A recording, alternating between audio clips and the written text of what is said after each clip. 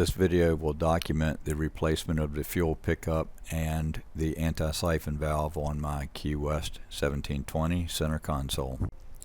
Here I am pointing out the fuel pickup and the anti-siphon valve that screws into the side of it. For about 10 evenings prior to beginning to remove this unit, I would apply a concoction of Edge Red, the base mixture. You see it here. It's a 50-50 mixture of acetone and automatic transmission fluid, ATF. It's well known in the shooting sports. It's a do-it-yourself concoction.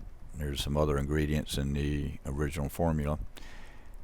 I was applying it with a Q-tip so that I could control both the amount that I was applying and the exact location. I did not know if the acetone would have a negative effect on the poly tank, and I wanted to make sure it was getting at the junction of this bung fitting and the fuel pickup fitting.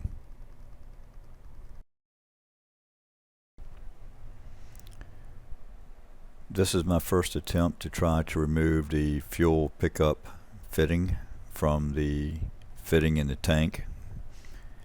It did not work. After giving up on this, I just applied another dose of the Edge Red concoction and let it sit for an attempt on another day. This is one of two projects that I was working on the KW at the same time, the other being the removal of water from the fuel tank that had gotten in when I had a improperly seated fuel sending unit. I was not able to work on either of these projects continuously due to work, weather, weekend obligations. This is the second attempt to remove the fuel pickup fitting. I was using this adjustable wrench. I was trying to get it on the fitting that goes into the tank, the bung fitting I call it. I did not want it to loosen while I was trying to remove the fuel pickup fitting.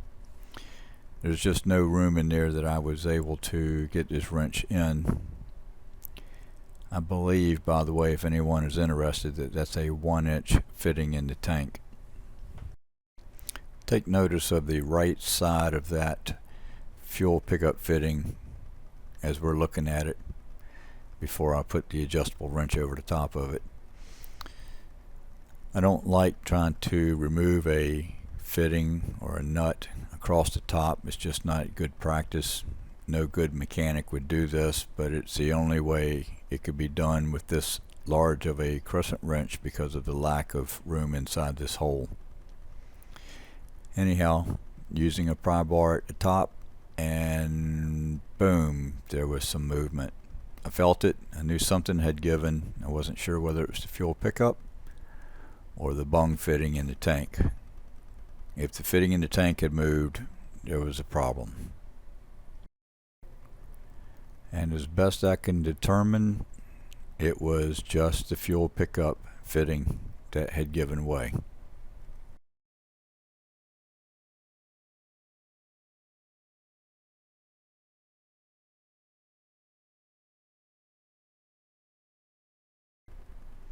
And now it's just a matter of getting the fuel hose off of the anti-siphon valve. Remove the two hose clamps that are holding the hose onto the valve. This is what the tool looks like. It is a swivel socket. It's a tool made by Snap-on. I'm sure others make it. It just happened to be in a tool set that I inherited. And get the hose off the fitting, which proved to be no easy task.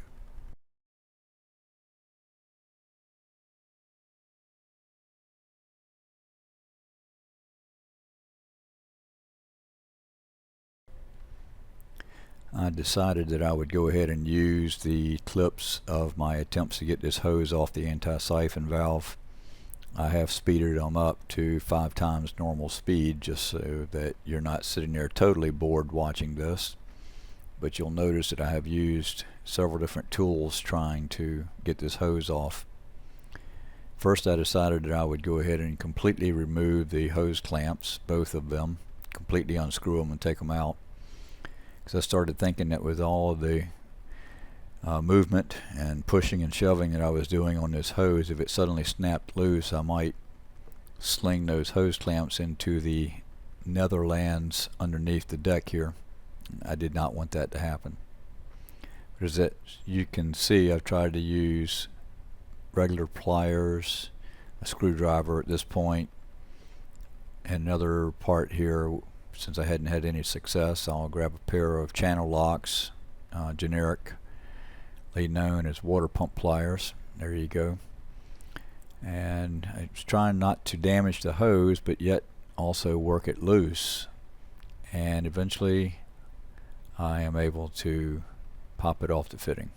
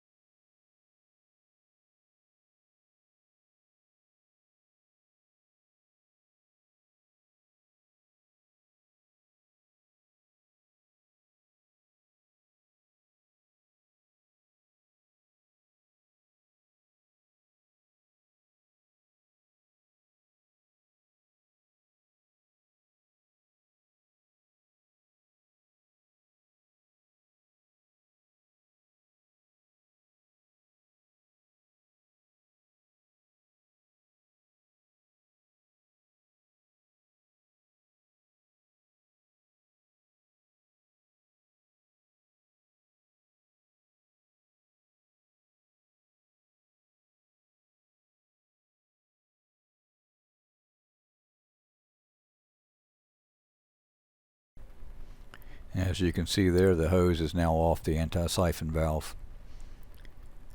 My hand was pretty scratched up from rubbing up against the underside of the deck there in such tight quarters, and it got a few bruises along the way.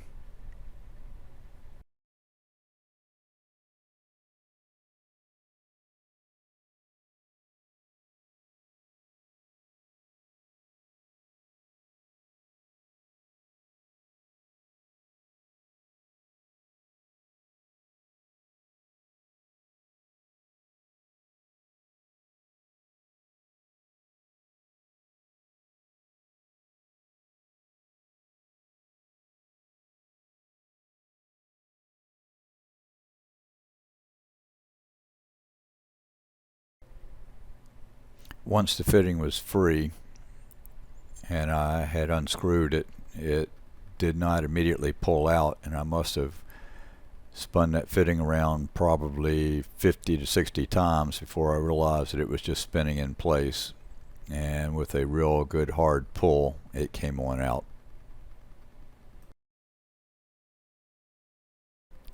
I froze the video so that you can look at the end of the original pickup tube.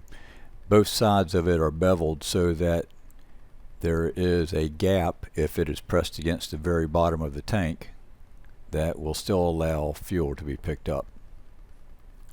Knowing that I was not going to be able to put a new fuel pickup tube in place, I went ahead and reinstalled this one to keep water from running into the tank until I could get the replacement tube in hand. Okay, in these pictures you can see the original fuel pickup assembly. The nylon portion was exactly 6 inches tip to tip, and this is a picture of the screen that was installed in the bottom of the original unit. That screen was reused in the new unit, which you see here. I have already installed the anti-siphon valve with the appropriate gasket maker. You can see the end, how I beveled it, and I was also able to get the original screen stuck back inside of it so that it will prevent debris from getting picked up and interfering with the operation of the anti-siphon valve.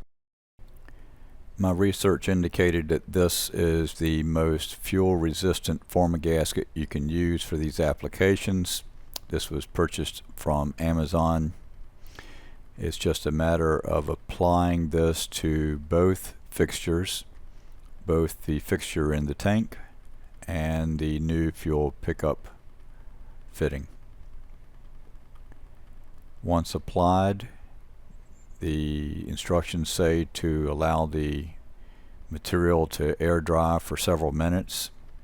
I allowed it to air dry for 5 minutes and then went to installing the new fitting.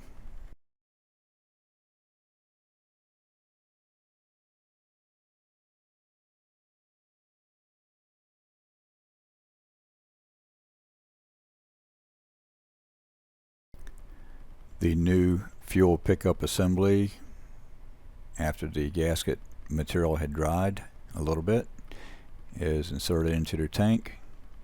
Threads are started by hand, and then use a wrench to tighten it on up.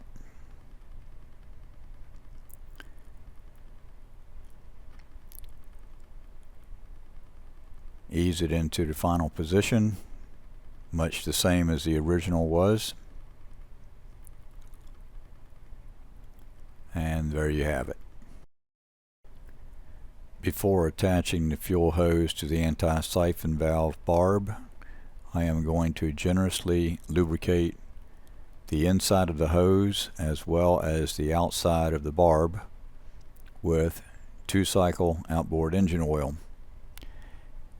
It will not cause a problem to the engine, and it provides excellent lubrication.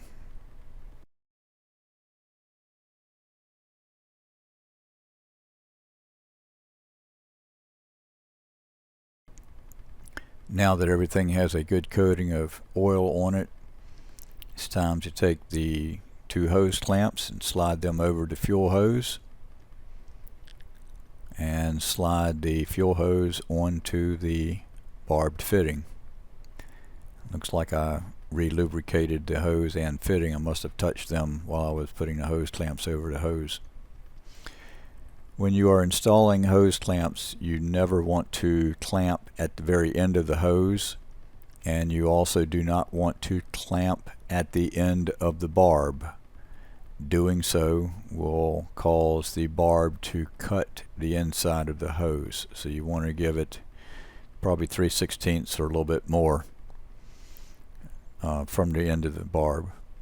Another little tidbit of information: when I was trying to cut the new pickup tube to length, I tried initially with a pair of box cutters, and it was just too tough of material. I resorted to a pair of PVC pipe cutters. It worked beautifully. Then after I had it to length, I pushed the end of the tube down on the workbench and used the box cutter to cut the bevels. I was able to get the screen out of the old section and carefully work it up inside the new tube so that I have everything just like the old unit was.